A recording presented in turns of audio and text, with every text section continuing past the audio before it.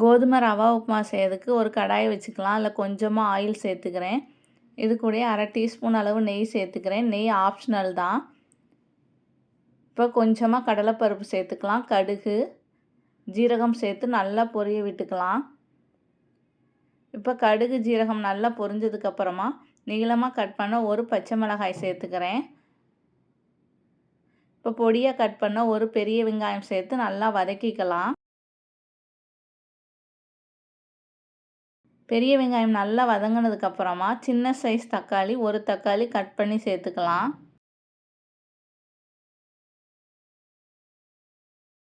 இன்றைக்கி நான் இந்த உப்புமாவுக்கு கொஞ்சம் வெஜிடபிள்ஸ் சேர்த்து செய்ய போகிறேன். கேரட், பீன்ஸ், பச்சை பட்டாணி சேர்த்துக்கலாம். நீங்கள் காய் இல்லாமலும் இந்த உப்புமா செய்யலாம், ரொம்ப நல்லாயிருக்கும்.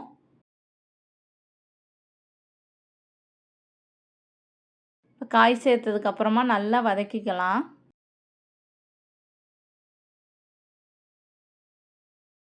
இப்போ கொஞ்சமாக கருவேப்பிலை இலைகள் சேர்த்துக்கிறேன்.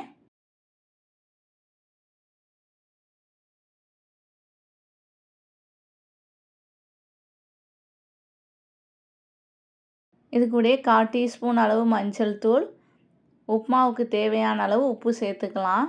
சேர்த்துட்டு காயை நல்லா வதக்கிக்கலாம். இப்போ இதிலையே நல்லா குக் ஆகிடும் வெஜிடபிள்ஸ்லாம். இப்போ 1 கப் அளவு ரவைக்கு நான் இன்றைக்கி 3 கப் அளவு தண்ணி எடுத்திருக்கேன். இப்போ தண்ணி சேர்த்துக்கலாம்.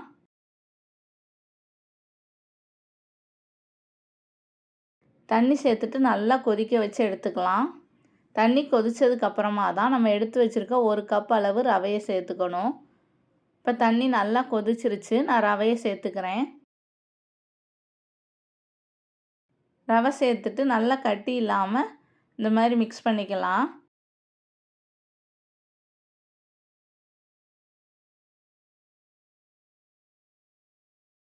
தண்ணியெலாம் கொஞ்சம் ஓரளவு ட்ரை ஆனதுக்கப்புறமா ஒரு பிளேட் போட்டு மூடி வச்சுக்கலாம்.